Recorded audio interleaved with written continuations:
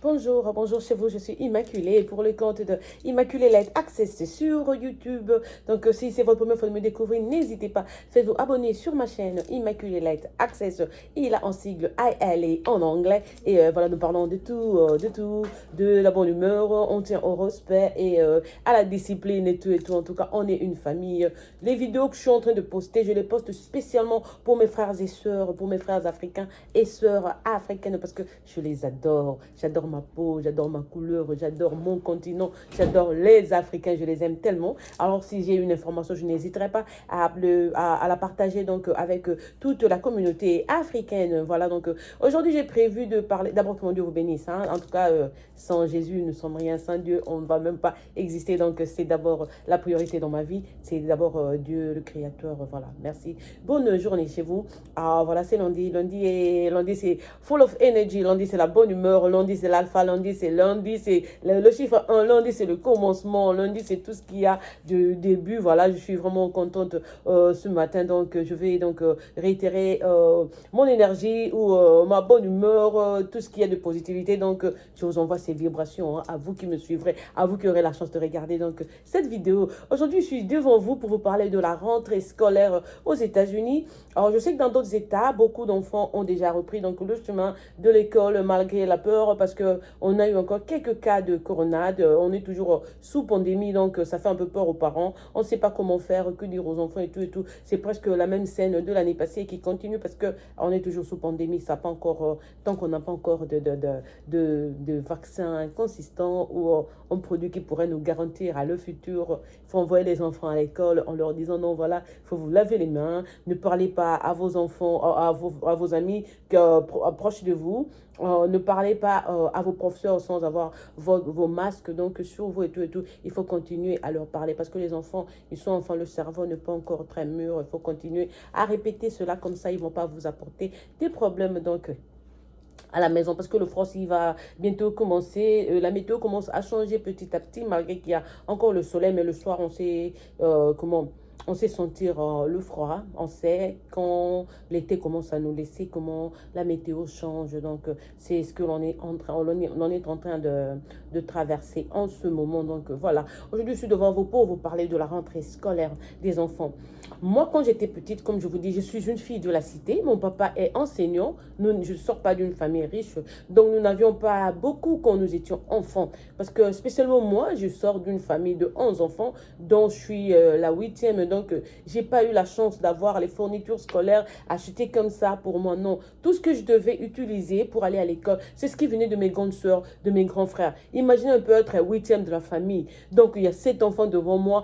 Celui-là a laissé le livre. Ta soeur n'a pas fini ce cahier. C'était, comment on appelait ça, le gros cahier là? Alors, on enlevait la partie que ma soeur avait utilisée. On me donnait les parties vierges qui gardaient encore, qui restaient encore. Alors, je devais utiliser cela. En tout cas, moi, je ne cache pas ma vie. Je le dis, j'ai commencé un temps que nous traversons dans la vie. En plus, je préfère vivre donc authentiquement. Je ne vais pas venir ici sur les réseaux sociaux dire que non, moi je suis enfant de général, je suis enfant de ministre. Chez moi, on a eu ceci, cela. J'ai été élevée certes par mes frères qui ont eu meilleure vie que mes parents. Mais quand je parle de ma vie, je parle de mon papa et de ma maman. Parce que ce sont eux qui m'ont mis au monde. Ce ne sont pas mes frères. Mes frères, c'est juste d'en bas. On est tous enfants vis-à-vis de nos parents. C'est mes grands frères, oui, ils ont eu meilleure vie que mes parents. Ils m'ont élevé comme une Barbie et tout comme j'aime le dire. Mais moi, je sors d'une famille très modeste.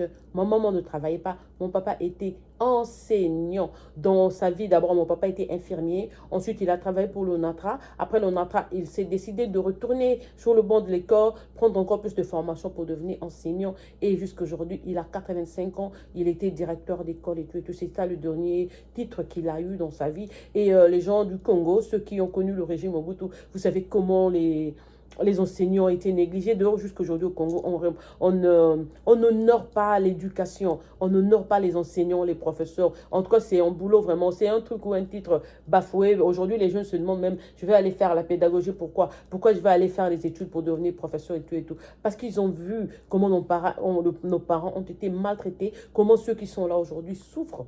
J'ai vu le deuil du professeur Dio, j'ai vu le deuil d'autres professeurs qui meurent. Et c'est des professeurs que nous avions connus, par exemple, à l'université. Voir ce que ces profs-là étaient à l'époque Mobutu.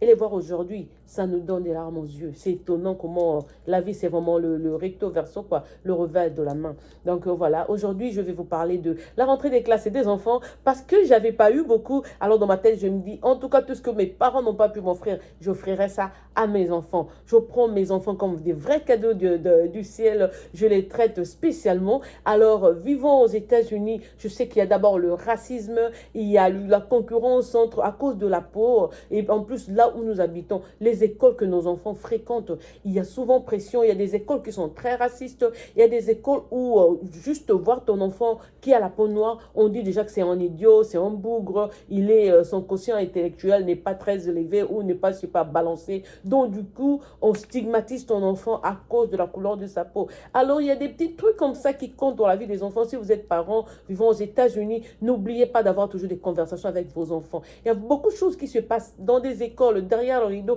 Les enfants ont peur parce qu'à la maison, le papa fait le lion et tout. Et il a peur de dire comment il est maltraité, comment il est bully à l'école. Il faut avoir l'habitude d'avoir le dialogue avec vos enfants. Ils doivent vous dire chaque fois qu'est-ce qui s'est passé. Prenez le temps, je sais qu'on est fatigué quand on rentre du boulot. Prenez le temps de demander à vos enfants, qu'as-tu appris aujourd'hui? Comment va ton professeur? Qu'est-ce qu'il a dit? Ton voisin, c'est comment? Des petites questions comme ça pour que l'enfant puisse s'ouvrir à vous au cas où il y aurait pire que ça. Il n'hésiterait pas pour vous dire. Moi, parce que je n'ai pas eu beaucoup quand j'étais enfant, avec l'expérience que j'ai eue aussi aux États-Unis, vivant dans différents États, différents quartiers, différentes cités, parce que moi, je me suis beaucoup déplacée, même ici aux États-Unis, j'ai fait pas mal d'États. Alors, quand mes enfants vont à l'école, je tiens à booster toujours leur confiance. Parce que notre enfant qui vient d'une famille riche peut dire un truc fâcheux à un enfant qui vient de l'Afrique et l'enfant n'aura pas de réponse à donner parce que le prof est blanc, parce que la dame va dire ceci, cela, parce qu'il est minoritaire dans cette école-là.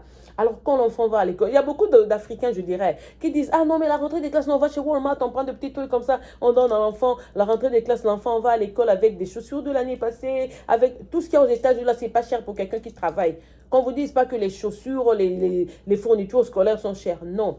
D'abord, aux États-Unis, si vous travaillez, je vais vous montrer, par exemple, moi, là où je travaille, donc il y a des boulots qui vous donnent des fournitures scolaires. J'ai eu ça dans mon boulot. Je n'ai rien payé. On nous avait dit 2 mois avant la rentrée de mettre juste le nom sur la liste. Et puis, le jour venu, on nous a donné, donc il y a ceci, parce que j'avais mis le nom de mes 2 enfants garçons. Donc, j'ai eu ceci. Et puis, j'ai eu la farde blanche. J'ai eu ça aussi. Donc ça, c'est le boulot qu'ils te donnent pour free. Il y a des parents qui n'aiment pas dépenser aussi pour la rentrée des classes de leurs enfants. Pour preuve, j'ai eu hier le message de mon frère qui m'a donné le nom d'un monsieur qui venait de donner 40$ à sa fille pour aller s'acheter des trucs dans des fournitures scolaires et tout ce dont elle a besoin. Donc, c'est pas assez. Il ne faut pas jouer avec l'éducation des enfants. Si tu veux qu'ils aient un avenir meilleur, il faut commencer à insister et déjà à leur donner cette confidence-là que voilà, je t'envoie à l'école, tu as tout ce dont tu as besoin. Au retour, toi, tu me donnes des A. Apporte-moi seulement des A. Je veux que tes notes soient vraiment très élevées, tout et tout. Donc, donne-moi cette fierté-là de la maman qui a dépensé. Donc, ici aux États-Unis, je vais vous dire, ça, c'est ce que mon boulot m'a donné. Mais dans des salles, des classes, les écoles aussi sont organisées. Aussi, les États-Unis vivent vraiment sur la charité. À la rentrée de classe, il y a beaucoup de familles. Les familles qui sont aisées, qui sont riches, font des cadeaux donc, aux écoles. L'enfant peut prendre tout ce dont il a besoin pour la rentrée des classes aussi, pour offrir à l'école. Mais quand tu cours aussi derrière les free tout le temps, il faut te demander, est-ce que toi, tu es si pauvre que ça? Tout parent qui travaille, qui fait, je ne sais pas, 1000, 1500, 2000, 3000, 4000 par semaine, est capable d'acheter les fournitures scolaires de son enfant. Moi, pour mon cas, mes enfants, ils ont de la chance d'être, donc que je sois leur maman, d'être mes enfants. Je vous dis que je gâte mes enfants. Même si je suis broke, d'abord, je me dis, c'est des enfants qui vont à l'école. Là où je suis, là où nous sommes minoritaires, nous les Noirs, ils fréquentent les écoles de Blancs. Je ne veux pas qu'un enfant... Vous savez qu'une fois, un enfant avait dit à ma fille qu'elle sentait mauvais, ce qui était très faux parce qu'elle avait son déodorant sur elle, juste pour la rendre mal à l'aise, je vous dis, les trucs qui se passent aux États-Unis. Ils sont allés au boulot, il n'y avait pas d'odeur sur ma fille ou quoi que ce soit. Donc, il faut parler aux enfants et leur demander ce qui se passe. Il y a des enfants, on se moque de lui à cause de la paire de chaussures qu'il a amené à l'école. Donc, toi, le parent, tu es là, tu vois, l'enfant allait à l'école avec des chaussures sur le point d'exploser, là, tu le laisses partir à l'école comme ça, et pourtant, tu sais que les chaussures ne coûtent pas grand-chose. Donc, voilà, aujourd'hui, je vais vous parler de la rentrée rentrée de classe et je vais vous montrer ce que j'ai acheté pour mes enfants pour cette rentrée scolaire. Je vais commencer par les sacs. J'ai 2 garçons de 13 et 15 ans. Donc, je les laisse un peu libres de choisir ce dont il a besoin. Ils vont sur l'ordinateur, ils regardent et ils font le choix. Là, c'était ce sac Adidas que mon fils a trouvé. Parce que tout ce que j'ai toujours acheté pour lui n'avait pas de poche extra comme ça. Parce qu'il boit beaucoup d'eau. Mon fils Ryan peut vous boire 8 bouteilles d'eau ou 10 bouteilles pendant qu'il est à l'école. Alors, une fois il est parti à l'école avec un bidon plein d'eau. Alors, toute l'école s'est marrée et on lui a offert une bouteille. Et pourtant, il y a pas mal de ces bouteilles-là à la maison. Il n'en avait même pas besoin parce qu'il en avait déjà ici. Il croyait que oui, il a plus besoin de bouteilles d'eau. Cette année-ci, il voulait commencer à amener donc 4 bouteilles d'eau à partir de la maison. Alors, il s'est trouvé ce sac. C'était sur Internet, c'est un sac Adidas pour garçon. C'était à 69 $. Donc, j'ai acheté ça pour lui parce que la raison qu'il m'a présenté, c'était clair. Il avait besoin de plus de poches pour mettre ses bouteilles d'eau. Donc, j'ai accepté. Et ce sac-ci, c'est le Nike. J'ai mon fils aîné, il est très amoureux de Nike. Tout ce qu'il porte, tout ce qu'il aime avoir sur lui, ça doit être le Nike. Ça, j'ai eu chez Dick's Sporting Goods. Le sac était à 80 $. Maintenant, avec... on m'a donné un rabais de 20%, de 25%, je ne sais pas. Donc, j'ai payé 67 $ pour ce sac. Et comme je vous ai dit, on est sous pandémie. Il faut protéger les enfants et tout. Ce que je fais avant de faire le shopping, je suis allée chez Staples pour des petits trucs. Parce que moi, en fait, ma rentrée scolaire spéciale pour mes enfants, j'achète des histoires chez... Excusez-moi, j'ai besoin d'eau, j'ai pas bu. Donc, j'achète, et on appelle, entrant là, je sais même pas si ça va couper ma vidéo. Donc, pour mes enfants, j'achète d'abord les masques, je les ai eus chez Staples. Je connais le goût de mes enfants. Mon fils aîné aime Star Wars, j'ai pris ça pour lui. Et le deuxième aime Minecraft, j'ai acheté ça pour le deuxième. Maintenant, il commence à bouder, il veut pas. Je tiens aux couleurs, parce que comme je dis, les enfants, quand ils rentrent à l'école, d'abord, moi, comme je dis par promesse, j'avais dit que tout ce que j'ai pas eu quand j'étais enfant, je vais faire ça pour mes enfants. Je vais acheter ça.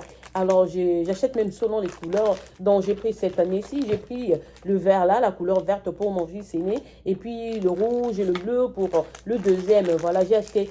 Comme ils avaient des trucs que j'avais pris à partir de mon boulot, je vais faire seulement dépenser un peu. Je crois que ça, chez Staples, j'ai dépensé 120 $ pour avoir les crayons, les ciseaux. Et c'est latte ici, ça fait latte bracelet. On appelle ça latte aux règles. Donc, voilà, ça fait une latte. L'enfant peut utiliser ça pour tracer et tout, pour souligner aussi. Et puis après, quand il n'en a pas besoin, il peut retourner ça sur son bras, comme ça, il ne perd pas. Parce que chaque année, on paie, il faut acheter, il faut acheter. J'ai acheté ces petits carnets parce que j'ai l'habitude de demander à mes enfants ce qu'ils ont appris ce jour-là. Comme je travaille, je rentre à 3 h du matin, je leur ai dit, je vous donne ceci, utilisez chaque page pour me donner le titre ou ce que je vous avais appris quotidiennement. Écrivez-moi ça dans ce journal. Laissez ça sur ma table de chambre quand je viendrai avant de dormir, je vais lire. À part ça, il y a des stylos, j'ai choisi des trucs de couleur, en tout cas, tout ce dont j'avais besoin quand j'étais enfant, que mes parents n'ont pas pu m'offrir. J'essaie de donner ça à mes enfants. Mais je vais vous dire quoi, mes enfants, j'ai des garçons, quand je parle j'ai une fille et 2 garçons. Mes garçons, en tout cas, comme tout homme d'ailleurs qui se respecte, avant quoi que ce soit, c'est la base du garçon, la base d'un homme, c'est la chaussure, c'est le soulier. Et là, on est allé, beaucoup de parents laissent... comment je veux dire, la rentrée des classes de leurs enfants en dernière minute. Non, non, il faut budgétiser la rentrée des classes des enfants. Il faut le mettre dans le budget de la famille. Vous savez que les enfants seront à la maison pendant 2 mois. Moi, par exemple, pour mon cas, comme je vis seule, donc je m'apprête déjà avant la fin de l'année. 2 mois avant que l'école ne finisse, je commence déjà à acheter les histoires pour mes enfants pour l'année prochaine. Cette fois-ci, j'étais pas très prudente à cause de la pandémie. Sûrement, vous avez vu mon opération. Après, l'opération dont je l'avais fait, à laquelle j'avais fait allusion, j'ai eu encore 2 autres opérations. Si vous ne le saviez pas, mais ça, je n'avais pas partagé avec vous. Raison pour laquelle je ne revenais pas pour faire des vidéos, parce que je devais d'abord récupérer ma santé à 100%. Donc voilà, comme je disais, la base d'un homme, c'est la chaussure, les garçons pour la rentrée des classes. Mais jamais dire à vos enfants, non, mais moi, j'avais pas ça. Moi, mes parents, j'avais pas ça. Alors, tu ne vas pas punir tes enfants parce que toi, tu n'as pas eu avec tes parents que tes enfants doivent aussi être privés de bons trucs. On est aux États-Unis, achetons des belles histoires pour nos enfants. J'ai acheté cette paire de chaussures. Oh, vous ne pouvez pas voir. Excusez-moi, hein, la size là, c'est la taille 13. Mes enfants sont élancés. Il a seulement 13 ans, mais regardez la chaussure qu'il porte là. Ça, j'ai eu ça aussi au mall chez Sneaker Tech. Sa chaîne sur YouTube, c'est Rank. Je crois que c'est Rank Blanc. Rank, je vais vous mettre le lien. Donc, c'est lui qui a ses catchs dans sa boutique. Il achète les catchs chez les célébrités et il les revend. Il n'y a pas une paire de moins de 200 $ dans sa boutique. Donc, voilà. Il y avait que la taille 14. Ça, j'ai acheté 14 parce que c'est la taille qui convenait à mon fils de 13 ans. Donc, c'était l'unique paire de 14 dans la boutique. On achetait seulement une paire jusque-là pour mon fils. Et puis, j'attends pour mon fils aîné. Ils ont dit ils vont me donner un coup de fil quand ils auront sa taille. Parce que celui-là aussi, il a refusé de porter des trucs qu'on l'achète comme ça et tout et tout. Donc, c'est d'abord ça. Je ne veux pas que mes enfants aient à l'école, qu'on leur dise non, non, non, regardez les chaussures, qu'on les juge, qu'on les stigmatise. Il y a toujours ce stéréotype-là qu'on met sur l'enfant noir, sur nos enfants africains et tout et tout. Alors, quand ils vont à l'école, sachez ne laissez pas la chance à d'autres enfants de leur dire que non, il y a ceci, cela qui manque chez toi. Ces histoires-là tuent la confidence de l'enfant. Ça peut commencer à revenir dans la tête de l'enfant. Au lieu d'étudier, il commence à se faire des soucis et tout et tout. Il y a des enfants qui ont grosse gueule, des enfants en blanc ou noir là, des enfants ici en Amérique qui ont grosse gueule. Surtout vis-à-vis de nos enfants africains. Il faut faire attention. Ouvrez vos yeux et tout, veillez sur tout ce que les enfants vous diront. Prenez ça au sérieux parce que ce sont des enfants qui sont vraiment bullies.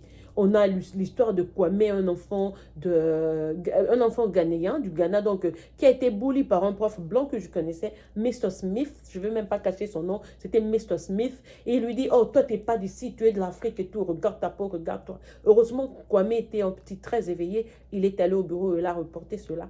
Le prof là, on a trouvé sur le profil le genre de ces gens qui sont allés entrer dans la Maison Blanche pour mettre des ordres, de ces gens de racistes. Donc, et ce monsieur, vous le mettez à l'école pour enseigner des enfants mixtes, blancs et noirs. Il était tout le temps contre nos enfants africains, leur disant que leur place n'était pas ici, ils ne sont pas blacks, ils sont africains, ils doivent être en Afrique et tout et tout. Son langage était vraiment déplacé. Heureusement que l'école a pris ça au sérieux quand le petit est allé au bureau pleurant. Donc, ce prof là a été chassé. Il ne peut même plus enseigner dans aucune école des États-Unis. Donc, il ne peut plus être enseignant parce qu'il ne peut pas, il ne fait pas le poids. Si tu ne sais pas traiter deux enfants de la même façon, tu veux te dire que tu es maître. Donc, tu ne dois pas être devant ces enfants-là. Voilà, donc, et dire que ce monsieur-là était même enseignant de mon fils. Et chaque fois quand il était là, on m'appelait de mon boulot, je devais courir parce qu'il faisait toujours de rapports pour mon enfant. Ah, il est têtu, il fait ceci, cela. Il fait... Mon fils me dit, maman, j'ai déposé juste mon sac par terre. Il m'amène au bureau pour me punir. Au lieu de me dire, ramasse le sac et mets ça sur ta table et tout et tout. Voilà, donc il y a des petits trucs comme ça qu'ils font pour déséquilibrer l'éducation de nos enfants. Ce sont des tactiques qu'il faut faire. Donc, très attention. L'éducation, moi, je ne blague pas avec. Je viens d'une famille. Mes enfants, de mon côté, du côté de leur papa, c'est l'enseignement. Donc, nous, c'est d'abord l'éducation de l'enfant, c'est sa formation estudiantine avant toute chose. À part ça, si vous voulez faire des bons deals, des good deals pour acheter les choses des enfants sur Internet, allez sur Amazon. Vous trouverez tout et à bon prix, c'est vraiment moins cher. Chez Walmart, vous pouvez attendre une semaine avant la rentrée de classe. Vous allez trouver des meilleurs deals aussi, des histoires en sel et tout. Même chez Staples, partout et tout. Mais maintenant sur Internet, il y a pas mal de websites qui vendent des histoires... comme je dis, moi, je n'aime pas que ce que mes enfants ont, que les autres enfants aient la même chose et tout. Non, non, non, non. Moi, je booste la confiance de mes enfants. Je leur dis, non, je suis allé sur tel site Internet. Je vous ai acheté ceci, cela. Ramenez-moi des A. Ne me faites pas de F, de C. Ramenez-moi des A. S'il n'y a pas des A, je vais vous faire des mbata, comme on dit en lingala. Je vais vous gifler tout et tout. Donc, ne faites pas ça. Vous voyez comment je dépense. Même si j'ai dépensé 200 $, je leur dis, j'ai dépensé 2000 $. Donc, l'argent, c'est difficile à faire. Il faut faire gaffe. Donc, ramenez-moi de bons points. Ils n'ont pas de choix que bien travailler. Donc, voilà. À part ça, on a eu ceci chez Stationery Pal. Donc, vous pouvez le lire là. Stationery Pal, c'est une chaîne aussi qui est sur Internet. Ça vend de bons trucs, en tout cas, vous allez aimer pour vos enfants, spécialement si vous avez des enfants filles aussi. Si vous avez des filles à la maison, elles vont adorer tout ce que Stationery Pal vend.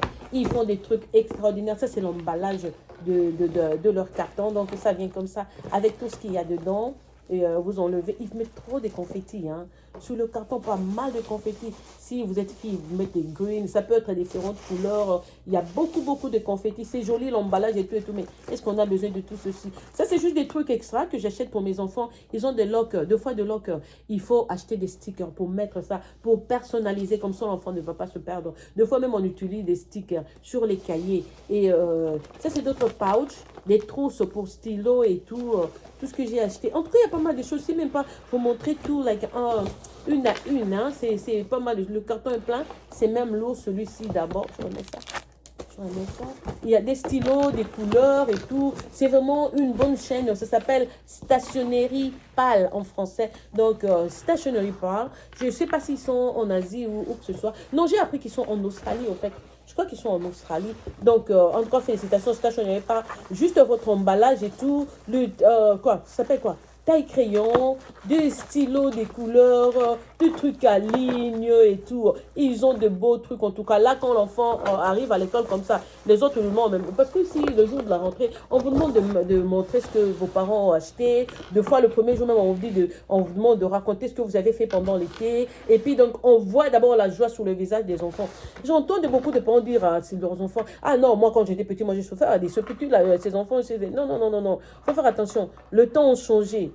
Nous, quand nous étions vraiment petites, par exemple à Kinshasa, là, pour avoir un téléphone à la maison ou avoir un téléphone, il fallait aller jusqu'à la poste en ville pour faire des coups de fil. Bon, je sais que les gens qui sont de Lubumbashi, du sud, là, ils diront non, non, oui, vous étiez plus développés par rapport à Kinshasa, vous avez grandi là-bas, dans chaque maison, il y avait un téléphone. Mais nous qui sommes quinoises, là, chez nous, là, ah non, il n'y avait pas de téléphone dans nos maisons, peut-être dans quelques quartiers, mais le téléphone n'était pas là. Mais aujourd'hui, déjà, tout le monde a un cellulaire. Aujourd'hui, il y a l'ordinateur. Aujourd'hui, il y a des jeux vidéo et tout. Donc, ne laissez pas vos enfants dans ces situations archaïques dire que non, moi, j'ai pas eu ceci, j'ai pas vécu comme cela. Non, non, non. Life is upgrading. Ce que les gens mettent sur le marché.